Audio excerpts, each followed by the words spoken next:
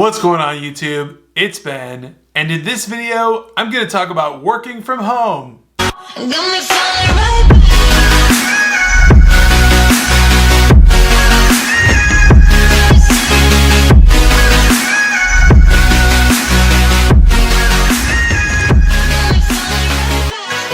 What's going on YouTube? It is Ben. On this channel we talk about entrepreneurship, business, recruiting, everything in between. I would love it if you would smash that subscribe button if those are topics you enjoy. I vlog every single day, and so you should definitely become a subscriber. With that said, I wanted to jump right into the video today, which is all about working from home. The good, the bad, and of course the ugly, because there are so many different aspects of working from home, whether you're working for a company remotely, working for yourself in your own home office, or just working remotely in general on your own venture, your own business. However it turns out, if you're working remotely or from home, there are a lot of things to talk about, and I want to unpack a bunch of it with you right now, so stick with me. All right, so the first and foremost thing that everyone has come to mind when they talk about work from home is the freedom, the amazing, incredible freedom and capability that you have to do whatever you want,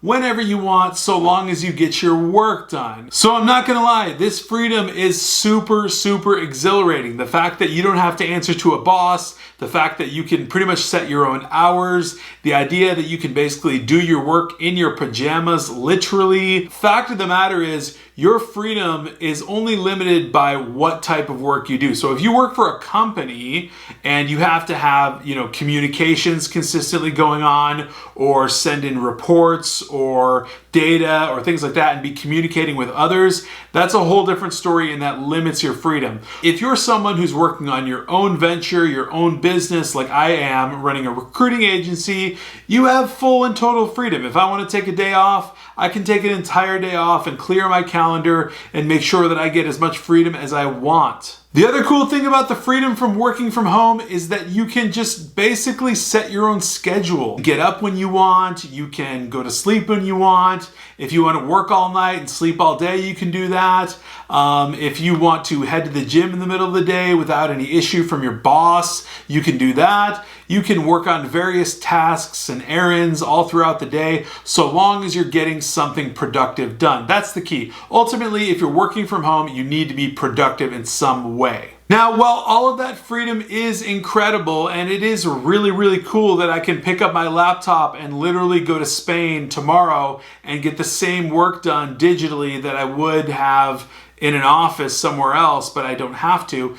There is a cost to this. Like, you have to keep yourself accountable. And if you're not holding yourself accountable, nobody else is going to, especially if you're running your own business. For me, it involves contacting clients, candidates, phone calls, emails, you name it. I have all sorts of things on my plate, and I'm actually way busier than I ever have been working in a 9-to-5 office, which is quite the paradox. There are, however, some downsides to working from home that definitely need to be talked about. So listen, if you're a solopreneur and you're working on your own company and you have your own venture that you're going after, maybe you have a partner that works with you virtually, doesn't matter. If you're working by yourself, like in a home office or in some secluded area, depression and things like that are totally real, and they do happen.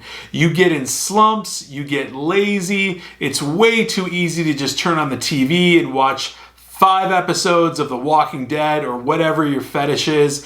The deal is you have to understand how to curb those things and hold yourself accountable, like I said before. You're the only person that can actually watch over yourself and make sure that you're actually being productive. What I mentioned briefly that I definitely want to elaborate on is the mental health aspect. So when you're working from home, this is some serious stuff, right? You're isolated, you're secluded. The only people you talk to are the people that you network with online, on LinkedIn, or some of your friends on Facebook, things like that. You're very, very limited because you have to get your work done, and you're working from home. And although you can transport yourself pretty much anywhere, you still need to be working. So at the end of the day, you are going going to end up in a really lonesome place. You have to fill those gaps by hitting the gym or either keeping some sort of regimen of socialization and being in touch with people, just in touch with the outside world, whether it's just taking a walk every once in a while or doing something that keeps your motivation up and keeps you,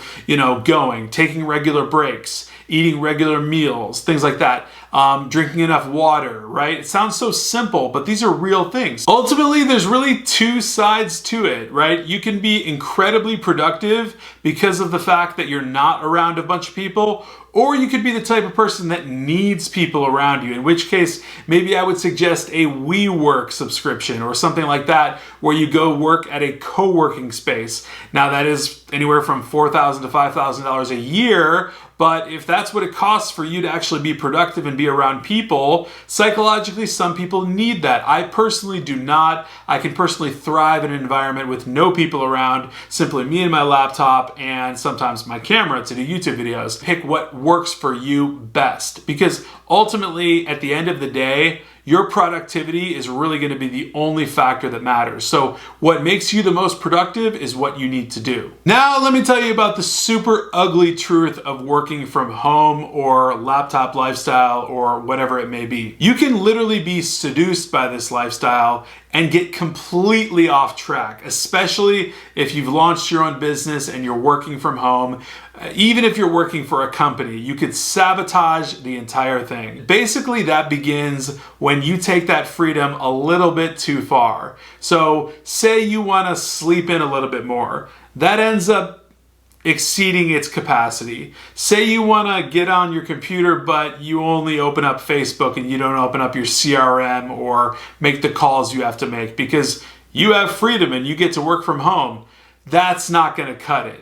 I have literally talked to people that have work from home capability, running their own business, that have said working from home killed their business or at least diminished a ton of their business capability because they had that freedom. When you're sort of left to your own devices, you're kind of going to run rampant. And if you're the type of person that it's going to take that freedom way too far, then working from home is not going to be for you. You need to go to Starbucks. You need to get a WeWork subscription. You need to do something to get yourself outside of that environment. Because at the end of the day, the environment is what it's all about, right? We're talking about work from home, work from wherever. It's that environment. So if you thrive in that environment, perfect. If you don't, you've got to fix that ASAP.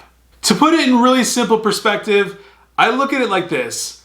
Basically, my work from home capability is just another job, right? It's my job and it's just on my terms. But at the end of the day, it's up to me to do my job and actually be productive at my job and get stuff done. If I'm not getting anything done, I'm not getting paid. So the work from home thing doesn't really matter. It becomes irrelevant at that point. If you can focus and hone in on core concepts like productivity, accountability, and basically ensuring that you're getting stuff done, you will do well working from home. So that's just a little bit of what I have to say about working from home and my experience doing so for the past 2 years or so now. And ultimately, guys, I think it's going to benefit you a lot to work from home and have that freedom, but you've just got to make sure you keep it in check. Make sure you're the right kind of person to be able to have that freedom and fix any issues that arise really, really quickly so that they do not, demote your productivity or hurt your business or hurt your progression in any way possible.